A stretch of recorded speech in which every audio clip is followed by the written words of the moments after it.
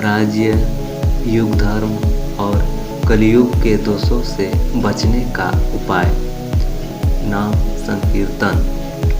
श्री सुखदेव जी कहते हैं, परीक्षित, जब पृथ्वी देखती है कि राजा लोग मुझ पर विजय प्राप्त करने के लिए उतावले हो रहे हैं, तब वह हंसने लगती है और कहती है, कितने आश्चर्य की बात है कि ये राजा लोग जो स्वयं मौत के खिलौने हैं, मुझे जीतना चाहते हैं। राजाओं से यह बात छिपी नहीं है कि वे एक न एक दिन मर जाएंगे, फिर भी वे व्यर्थ में ही मुझे जीतने की कामना करते हैं। सचमुच इस कामना से अंधे होने के कारण ही वे पानी के बुलबुले के समान क्षणभंगुर शरीर पर विश्वास कर बैठते हैं और धोखा खाते हैं।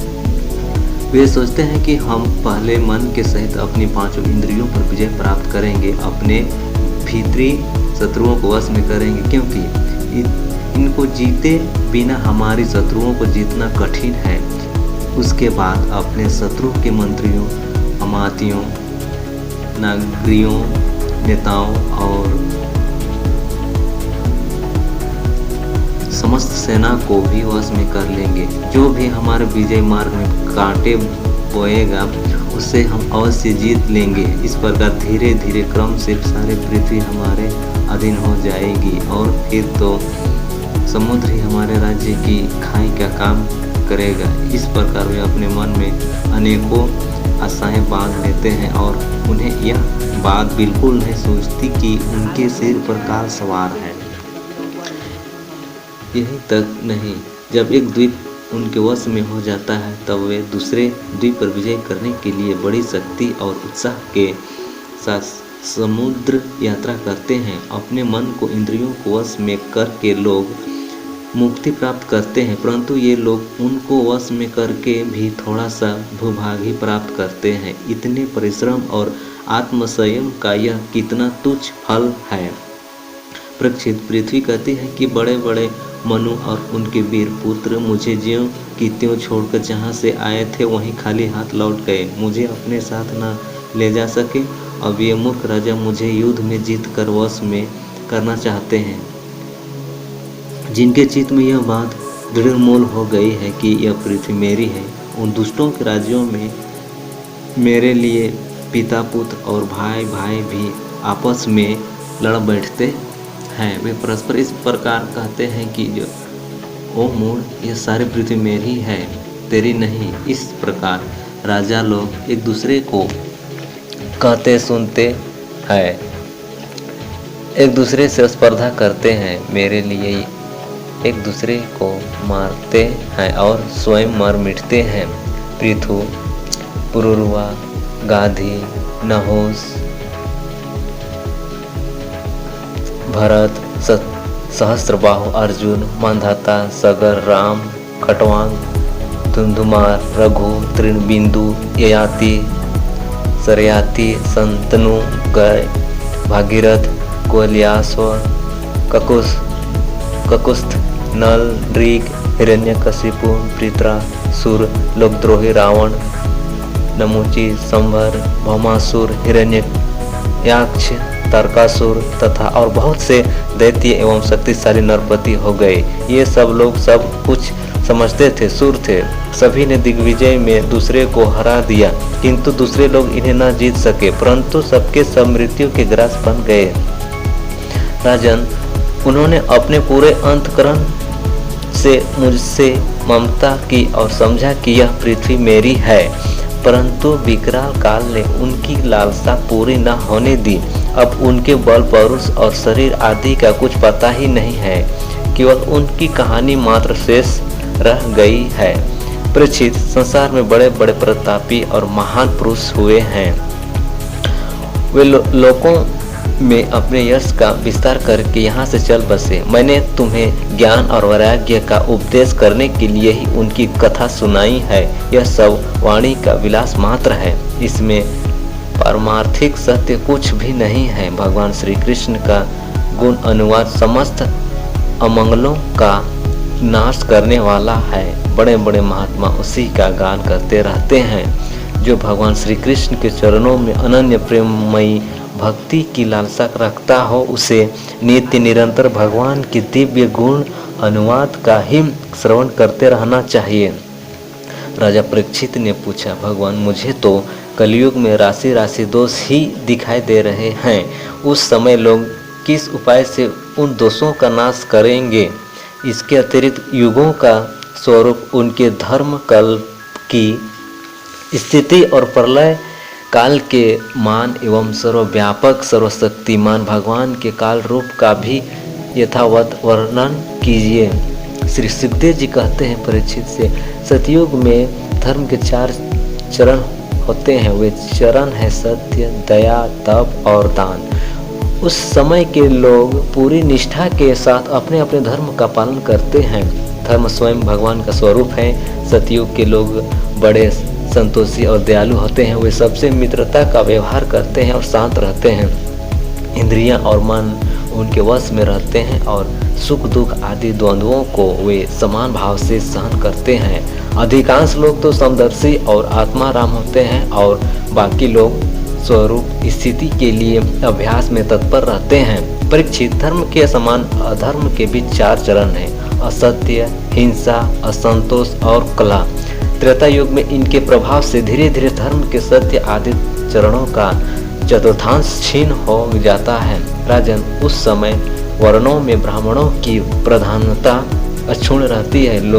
लोगों में अत्यंत हिंसा और लंपटता का अभाव रहता है। सभी लोग कर्मकांड और तपस्या में निष्ठा रखते हैं और अर्थ, धर्म एवं काम रूप त्रिवर्ग का सेवन करते हैं। अधिकांश लोग कर्म प्रतिपादक वेदों के पारदर्शी विद्वान होते हैं। द्वापर युग में हिंसा, असंतोष, झूठ और द्वेष, अधर्म के इन चरणों की वृद्धि हो जाती है और इनके कारण धर्म के 4 चरण तपस्या, सत्य, दया और दान आधे आधे क्षीण हो जाते हैं। उस समय के लोग बड़े यशस्वी, कर्मकांडी और वेदों के अध्ययन अध्यापन में बड़े तत्पर होते हैं। लोगों के कुटुंब बड़े बड़े होते हैं। प्रायः लोग धनाढ़य एवं सुखी होते हैं। उस समय वर्णों में क्षत्रिय और ब्राह्मण 2 वर्णों की प्रधानता रहती है। कलयुग में तो अधर्म के 4 चरण अत्यंत बढ़ जाते हैं। उनके कारण धर्म के 4 चरण क्षीण होने लगते हैं और उनका चतुर्थांश ही बच रहता है। अंत में तो उस चतुर्थांश का भी लोप हो जाता है। कलयुग में लोग लोभी, दुराचारी और कठोर हृदय होते हैं। वे झूठ मूठ एक दूसरे से वैर मोल लेते हैं और लालसा तृणा की तरंगों में बहते रहते हैं। उस समय के अभागे लोगों में शूद्र, केवट आदि की ही प्रधानता रहती है। सभी प्राणियों में 3 गुण होते हैं, सत्व, रज और तम। काल की प्रेरणा से समय समय पर शरीर, प्राण और मन में उनका ह्रास और विकास भी हुआ करता है। जिस समय मन, बुद्धि और इंद्रियां सत्वगुण में स्थित होकर अपना अपना काम करने लगती हैं, उस समय सतयुग समझना चाहिए। सत्वगुण की प्रधानता के समय मनुष्य ज्ञान और तपस्या से अधिक प्रेम करने लगता है। जिस समय मनुष्यों की प्रवृत्ति और रुचि धर्म, अर्थ और लौकिक परलौकिक सुख भोगों की ओर होती है तथा शरीर, मन एवं इंद्रियां रजोगुणों में स्थित होकर काम करने लगती हैं। बुद्धिमान परीक्षित, समझना चाहिए कि उस समय त्रेता युग अपना काम कर रहा है। जिस समय लोभ, असंतोष, अभिमान, दंभ और मत्सर आदि दोषों का बोलबाला हो और मनुष्य बड़े उत्साह तथा रुचि के साथ सकाम कर्मों में लगना चाहे, उस समय द्वापर युग समझना चाहिए। अवश्य ही रजोगुण और तमोगुण की मिश्रित प्रधानता का नाम ही द्वापर युग है। जिस समय झूठ, कपट, तंद्रा, निद्रा, हिंसा, विषाद, शोक, मोह, भय और दीनता की प्रधानता हो, उसे तमोगुण प्रधान कलयुग समझना चाहिए।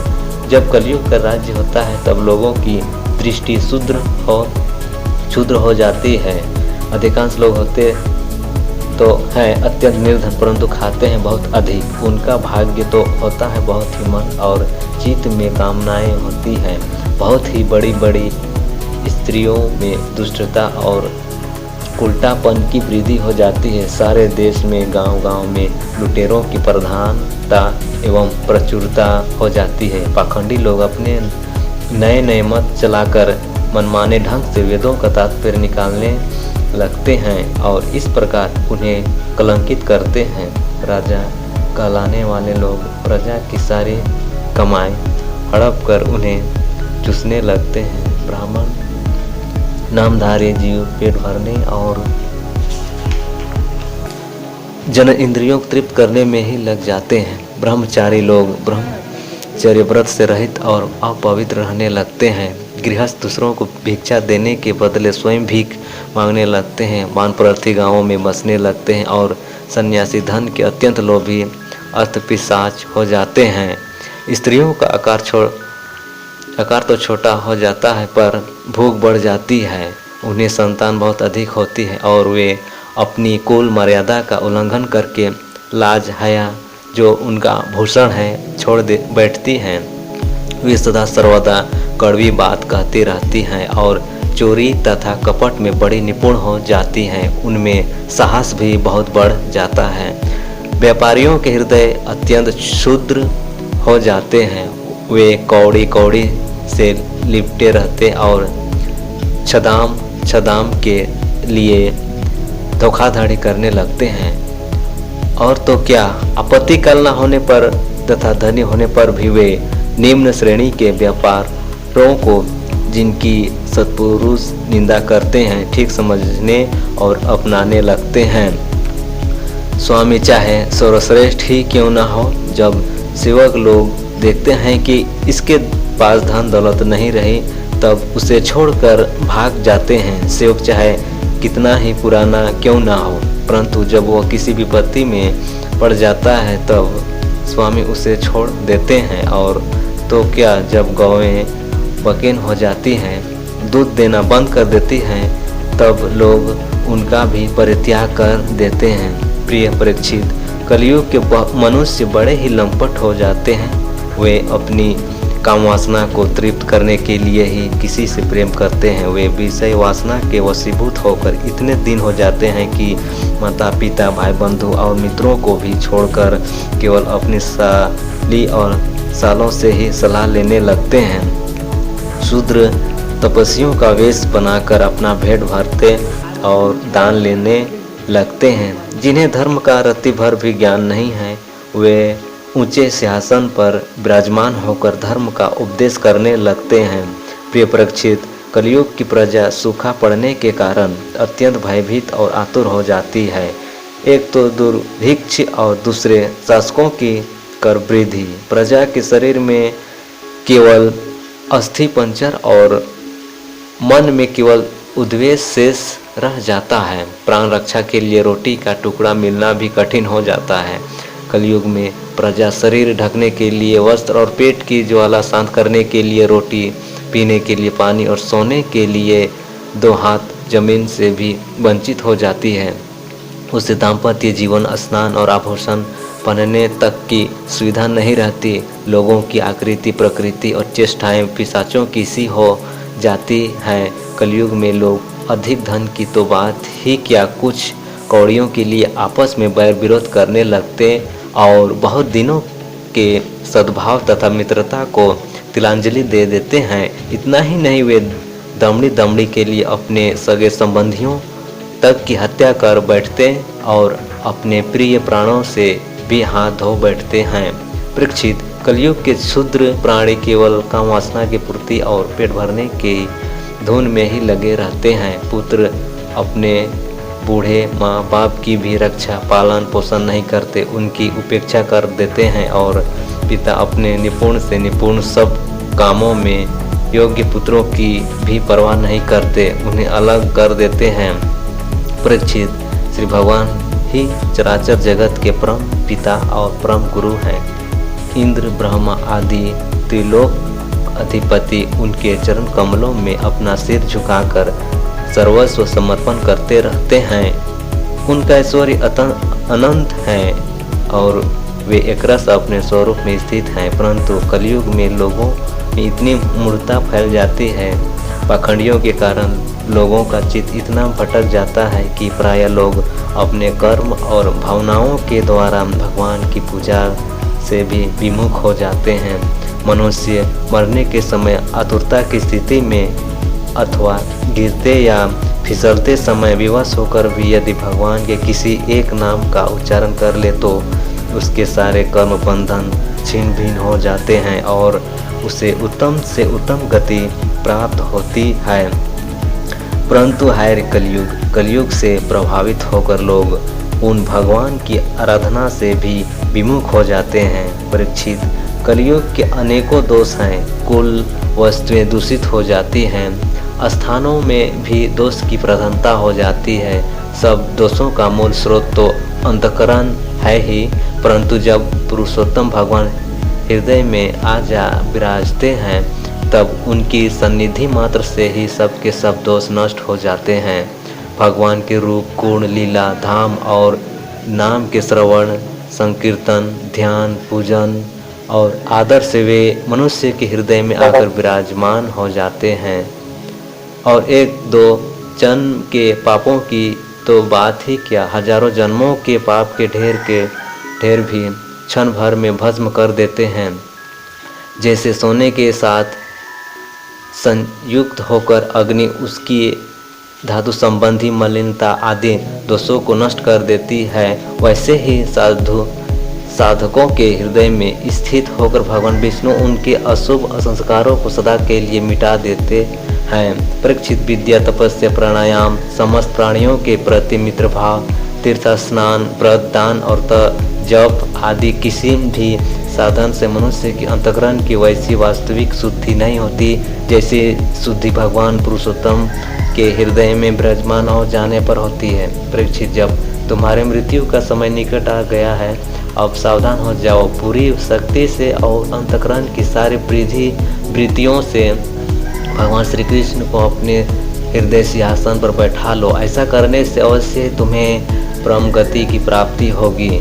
जो लोग मृत्यु के निकट पहुंच रहे हैं उन्हें सब प्रकार से परम ऐश्वर्यशाली भगवान का ही ध्यान करना चाहिए।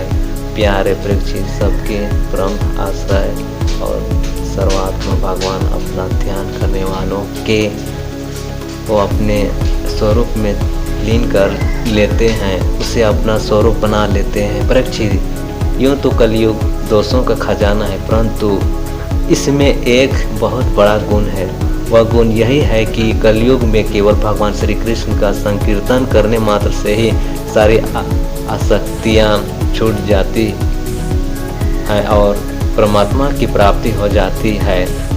सतयुग में भगवान का ध्यान करने से, त्रेता में बड़े बड़े यज्ञों के द्वारा उनकी आराधना करने से और द्वापर में विधि पूर्वक उनकी पूजा सेवा से जो फल मिलता है वह कलयुग में केवल भगवान नाम मात्र का कीर्तन करने से ही प्राप्त हो जाता है। जय श्री कृष्ण।